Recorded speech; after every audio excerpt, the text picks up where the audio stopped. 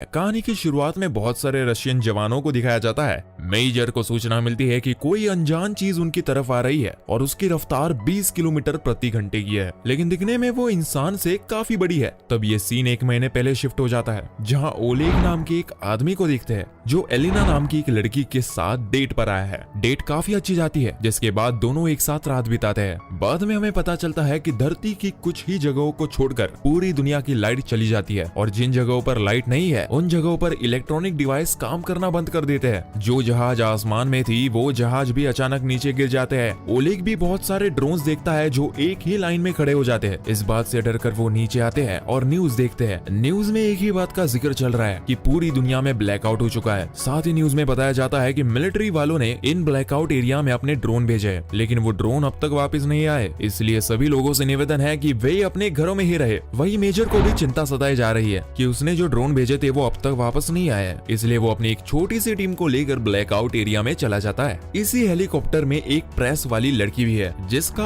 ओलया नाम है। ये लोग इस ब्लैकआउट एरिया में आ जाते हैं। इस ब्लैकआउट एरिया को क्वारंटीन नाम दिया जाता है, जिसके बाद ये टीम एक मॉल में जाते हैं, लेकिन मॉल के अंदर देखते ही कोई इंसान जिंदा नहीं है, सभी लोग मर चुके हैं। तभी उनके टीम का एक सैनिक दूसरे कमरे में जाता है, लेकिन कोई अनजान चीज आकर उस पर अटैक कर देती है और उसकी गन को लेकर भाग जाती है। सारे सैनिक इस अनजान चीज पर गोलियां चलाते हैं। इस चीज को गोलियां तो लगती है, लेकिन उन गोलियों का कोई असर नहीं होता। घायल सैनिक से भी पूछा जाता है, लेकिन वो बताता है कि मैंने इसे नहीं देखा, वो बस मेरी गन लेकर भाग गया। वही हम बेसमेंट के अंदर यूरा को देखते हैं, जो अपनी मॉम के साथ रहता है। उसकी मॉम थोड़ी सी मेंटली डिसेबल्ड है। यूरा यहाँ पर मिलिट्री में काम करता है, लेकिन वो छुट्टी लेकर रह रहा है। धरती में आए संकट के बाद उसे मिलिट्री का कॉलिंग लेटर आ जाता है, इसलिए उसे यहाँ से जाना पड़ता है। यूरा को उसी बेस पर बुलाया जाता है जहाँ ओलेग रहता है। ओलेग और यूरा इन दोनों के बीच में एक अच्छी दोस्ती भी होती है। जब ये दो यहीं पर होते हैं तब यहाँ पर एक मेजर आती है जिसका नाम मरीना है। मरीना बताती है कि हम ब्लैकआउट एरिया यानी क्वारंटीन एरिया में जितने भी लोगों या सैनिकों को भेज रहे हैं वो वापस नहीं आ रहे।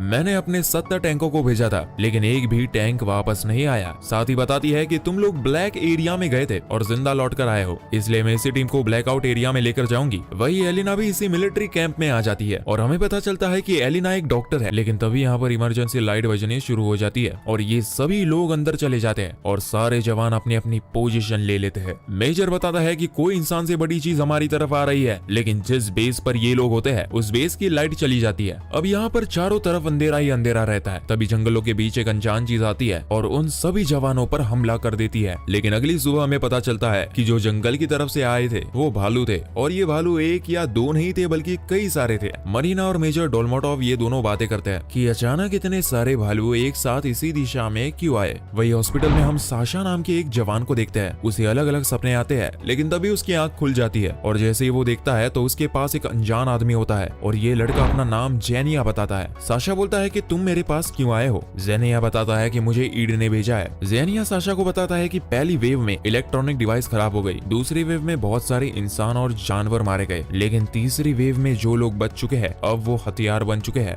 और वो लोग आप लोगों पर हमला करने के लिए आएंगे। इन सब के पीछे एक आदमी है जो इन सभी लोगों का माइंड कंट्रोल कर रहा है और तुम अपने विजन से देख सकते हो कि वो आदमी कहाँ पर है और हमारी मदद कर सकते हो। तभी सैनिक अंदर जाते हैं और साशा चिल्लाने लगता है और वो बोलता है कि इस आदमी को बाहर निकालो, लेकिन सैनिक देखते हैं कि यहाँ पर कोई आदमी नहीं है। वही मेजर भी मरीना के कहने पर अपनी टीम को लेकर ब्लैकआउट एरिया में जाने का फैसला करता है। जो टीम ब्लैकआउट एरिया में जा रही है उसमें यूरा शामिल है। यूरा के साथ ओलिया भी जाएगी जो की एक प्रेस वाली है। दिन के समय ये लोग ब्लैकआउट एरिया तक पहुंच जाते हैं। देखते हैं कि यहाँ के टैंकर जो इन्होंने भेजे थे वो सब खत्म हो चुके हैं। मेजर यहाँ पर एक गाड़ी पर चढ़ जाता है। तब उसे पता चलता है कि यहाँ के सारे बिल्डिंग्स एक ही कतार में टूटी हुई है। ओलिया भी इन चीजों को रिकॉर्ड करके न्यूज में भेजती है। न्यूज पर जब ये खबरें दिखाई जाती है तब जिंदा बचे लोग भड़क जाते हैं और वे लोग अलग अलग जगह पर प्रदर्शन करना शुरू कर देते हैं। इसके बाद मिलिट्री वाले फैसला करते हैं कि हमें ब्लैकआउट एरिया में जाना होगा, पता लगाना होगा कि हमारा दुश्मन आखिर है कौन। जिस टीम में यूरा होता है ओलिया भी उसी टीम में होती है, जहाँ इन दोनों के बीच में थोड़ी दोस्ती भी हो जाती है। वही ओलेग जिस टीम में गया है उस टीम में एलिना जाती है। वही हम साशा को देखते हैं जो हॉस्पिटल से बाहर आकर खुली जगह पर बैठ जाता है, लेकिन तभी साशा के पास एक अनजान आदमी आता है और वो बोलता है कि मैं ही ईड हूँ। साशा को लगता है कि ये फिर उसको भ्रम हो रहा है, इसलिए वो उठकर वहाँ से चला जाता है, लेकिन ईड बोलता है कि मैं तुम्हारा वहम नहीं हूँ, मैं सच में हूँ, और बोलता है कि तुम तीसरी वेव को रोक सकते हो। जब ईड अपना मास्क उतारता है तो उसका चेहरा कुछ अजीब तरीके से होता है। तब तक यहीं पर मरीना होती है।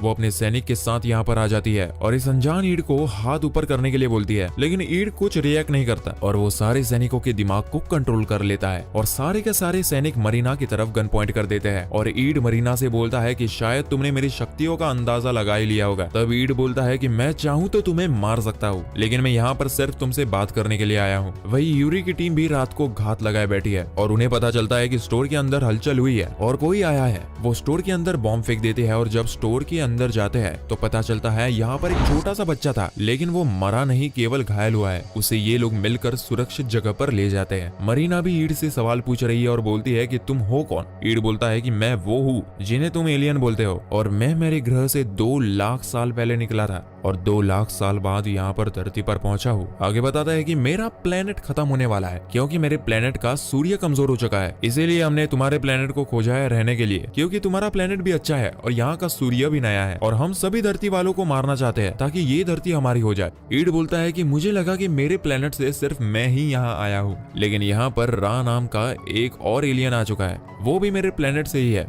मैंने तो केवल यहाँ पर ब्लैकआउट किया था, लेकिन सारे जीव जंतु का माइंड कंट्रोल वही कर रहा है और सारे लोगों को हथियार वही बना रहा है। और तुम्हारे यहाँ पर साशा नाम का सैनिक है, केवल उसी ने रा को देखा है, इसलिए मैं साशा की मदद लेने के लिए यहाँ पर आया हूँ कि असल में रा आखिर है कहाँ पर। मैं तुम लोगों को कोई नुकसान नहीं पहुंचाना चाहता हूँ, लेकिन मेरे प्लेनेट के सारे निवासी यहाँ पर आ रहे हैं और मेरे ग्रह से यहाँ पर आने में 2 लाख साल लग जाते हैं। मरीना बोलती है कि फिर तो वो 2 लाख साल बाद यहाँ पर पहुंचेंगे। ईड बोलता है कि वो 2 लाख साल कल पूरे हो जाएंगे, यानी वो सभी एलियंस कल धरती पर आ रहे हैं। तभी मरीना के पास यूरा का कॉल आता है और यूरा ये बात मरीना को बताता है कि एक छोटे बच्चे ने हमारे एक सैनिक को मार दिया और हमने इस बच्चे को फिर मार दिया। इससे मरीना को पता चल जाता है कि जो लोग जिंदा बचे हैं उनका दिमाग कंट्रोल कोई और ही कर रहा है और उसे ईड की बातों पर विश्वास हो जाता है और वो फैसला करती है कि मैं तुम्हें साशा के पास ले जाऊंगी ताकि तुम दोनों रात तक पहुंच जाओ। वही एक जगह पर जहाँ पर टीम गश्त लगा रही थी, वहाँ पर बहुत सारे लोग हथियारों के साथ आ जाते हैं और वो टीमों पर हमला करना शुरू कर देते हैं। लोकल लोगों के इस हमले में बहुत सारे सैनिक मारे जाते हैं। वही ईड भी साशा के पास आ जाता है और वो उसके दिमाग को हाथ लगाकर बोलता है कि तुम अपने आंखें बंद करके देखो कि रा आखिर है कहाँ पर तब साशा आंखें बंद करके एक बिल्डिंग की तस्वीर बना देता है और ईड को पता चल जाता है कि रा इसी बिल्डिंग पर है, लेकिन साशा को ऐसे लगने लगता है कि रा उसको देख रहा है। इस बात से साशा डर जाता है और अपनी आंखों को खोल लेता है। इसीलिए ईड फैसला करता है कि हमें उस बिल्डिंग पर जाना होगा जहाँ पर रा है। इसीलिए सैनिकों के 3 टैंक यहाँ से चले जाते हैं, लेकिन ईड अपने साथ साशा को नहीं लेकर आता। लेकिन तभी ये लोग देखते हैं कि जहाँ से ये लोग आए थे वहाँ पर बहुत सारी मिसाइलें आकर गिर जाती है और वो पूरी तरह तबाह हो जाती है। मरीना ईड से पूछती है कि ये सब क्या हो रहा है। तब ईड बताता है कि इस वक्त अगर साशा हमारे साथ होता तो ये मिसाइलें हम पर होती, क्योंकि रा ने साशा के द्वारा हमें देख लिया है और अब रा को लगेगा कि साशा के साथ मैं भी मारा जा चुका हूँ, इसलिए हमारे पास समय कम है और हमें बिल्डिंग तक जल्द से जल्द जाना होगा। वही यूरा और ओलिया एक बिल्डिंग पर होते हैं, बाकी सैनिक तो जान से मारे जाते हैं, लेकिन यूरा और ओलिया बच जाते हैं और ये दोनों फैसला करते हैं कि यहाँ से ये दोनों दूसरे टीम के पास जाएंगे जहाँ पर ओलेग है और ये लोग गाड़ी की मदद से ओलेग की टीम तक पहुंच जाते हैं। ओलेग बताता है कि हमारे टीम के लोग भी मारे जा चुके हैं, लेकिन हम थोड़े लोग अभी भी जिंदा है। लेकिन तब तक इन लोगों के पास मेजर भी पहुंच जाता है, लेकिन मेजर बोलता है कि हम आपकी मदद के लिए यहाँ पर नहीं आए हैं, बल्कि हम रा के पास जा रहे हैं जो इन सब चीजों को करवा रहा है। इसलिए सभी सैनिक उस बिल्डिंग की तरफ जाने लगते हैं, लेकिन जब ये लोग उस बिल्डिंग पर पहुंच जाते हैं तब यहाँ पर बहुत सारे लोकल लोग होते हैं जिनके हाथ में हथियार होते हैं, लेकिन यहाँ पर कुछ लोकल लोग ऐसे भी है जो अपने आप को बॉम्ब लगाकर एक टैंकर को उड़ा देते हैं। इसलिए मेजर फैसला करता है कि हम बिना देरी किए ही उस बिल्डिंग के अंदर जाएंगे और वो अपने टैंकरों को इन लोकल लोगों पर चढ़ा देते हैं और इस तरह से ये टैंकर लोगों को कुचलते हुए रा की बिल्डिंग तक पहुंच जाता है। वही यूरा और ईड किसी तरह लोकल लोगों को मारकर बिल्डिंग की टॉप तक पहुंच जाते हैं जहाँ पर रा खड़ा होता है। यूरा जब रा को मारने के लिए जाता है तब रा यूरा को बिल्डिंग से नीचे फेंक देता है। यूरा जब जैसे बिल्डिंग से नीचे गिरने लगता है वो बिल्डिंग के कोने को पकड़ लेता है जिससे वो नीचे गिरने से बच जाता है। तभी यहाँ पर रा और ईड इन दोनों के बीच में लड़ाई शुरू हो जाती है। काफी देर तक एक दूसरे से लड़ते हैं, लेकिन आखिरकार ईड रा के पेट से उसे इलेक्ट्रिसिटी सप्लाई देने वाला डिवाइस निकाल लेता है। तब तक यूरा भी यहीं पर आ जाता है और वो रा के पेट में एक ग्रेनेड लगा देता है। इससे रा वहीं पर मर जाता है। रा के मरते ही जितने भी आदमी यहाँ पर रा के कंट्रोल में थे वो सभी लोग मारे जाते हैं, जिसके बाद बाकी बचे हुए सैनिक ऊपर आते हैं। तभी ईड इन सभी को बोलता है कि तुम लोग आने वाले एलियंस से तैयार रहो उनका शिप यहाँ पर आता ही होगा और अब से मैं तुम सबका भगवान हूँ। इस बात से ये सभी लोग भड़क जाते हैं। जेनिया बोलता है कि मैंने तुम्हारा साथ दिया, लेकिन मुझे लगता है कि तुम भी हमें धोखा दे रहे हो। अगर तुम इस तरह से रा को खत्म कर सकते थे तो तुम 1 महीने पहले भी हमें बचा सकते थे और इस पूरी धरती को बचा सकते थे। तब ईड बोलता है कि ये मेरा प्लान का हिस्सा था। आगे वो बताता है कि मैं यहाँ पर पहले भी आया हूँ ताकि मैं अपने प्लान को अंजाम दे सकूं, लेकिन तब तुम लोगों की संख्या बहुत ज्यादा थी, इसलिए हम लोगों ने तुम्हारे ही माइंड को कंट्रोल में कर लिया और तुम लोगों को आपस में लड़वाया ताकि तुम सभी जल्दी जल्दी खत्म हो जाओ, और हमारा प्लान काम भी किया। मैंने सभी लोगों को मारा और सिर्फ तुम लोगों को छोड़ा ताकि तुम लोग मेरे लिए काम करते रहो। जेनिया को इस बात से गुस्सा आता है और वो ईड को चाकू से मार देता है, लेकिन असल में वो चाकू मरीना को मार देता है क्योंकि जेनिया को समझ नहीं आया कि आखिर ईड कौन था। ओलेग भी ईड को मारना चाहता है, लेकिन यूरा बोलता है कि हम इसके बगैर जिंदा नहीं बच पाएंगे। यही हमारी उम्मीद है। इस तरह से ओलेग और यूरा इन दोनों में लड़ाई हो जाती है। जेनिया भी ईड को मारने के लिए जाता है, लेकिन ईड जेनिया का गला घोट देता है। इस दौरान ईड के पास एक डिवाइस होता है जो नीचे गिर जाता है, लेकिन ईड को इस बात का पता नहीं चलता।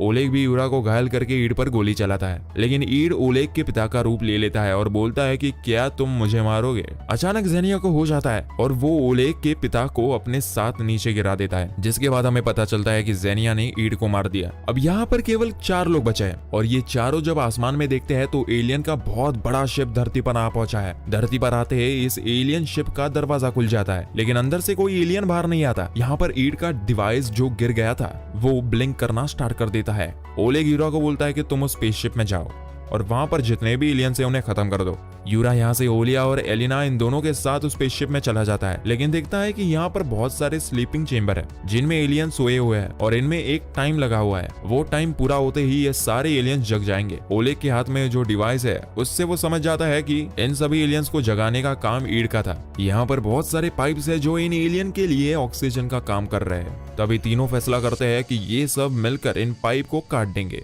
और ये एक पाइप का काटना शुरू कर देते हैं, जिसके अंदर से बहुत सारे तरल पदार्थ बाहर आता है और इन पाइपों को कटते ही एक एक करके सारे एलियन मरना शुरू हो जाते हैं क्योंकि उनके स्लीपिंग चेंबर के अंदर ऑक्सीजन नहीं पहुंच पाई। इसलिए ये तीनों मिलकर इन एलियन की ऑक्सीजन सप्लाई को काट देते हैं, लेकिन आखिरी स्लीपिंग चेंबर बचते हैं और वो उनमें देखते हैं कि इसमें एलियन के बच्चे हैं, इसलिए ये स्लीपिंग चेंबर के ऑक्सीजन को नहीं काटते। लेकिन तब तक टाइम भी पूरा हो जाता है और इन स्लीपिंग चेंबर से बहुत सारे बच्चे बाहर निकलते हैं और ये एलियन के बच्चे इंसानों को देखकर डर जाते हैं। ओलेग के हाथ में गन होती है, वो नीचे रख देता है। इसी के साथ मूवी यहाँ खत्म होती है। ऐसी ही और वीडियो के लिए चैनल को सब्सक्राइब जरूर करें और वीडियो पसंद आया हो तो लाइक जरूर करें।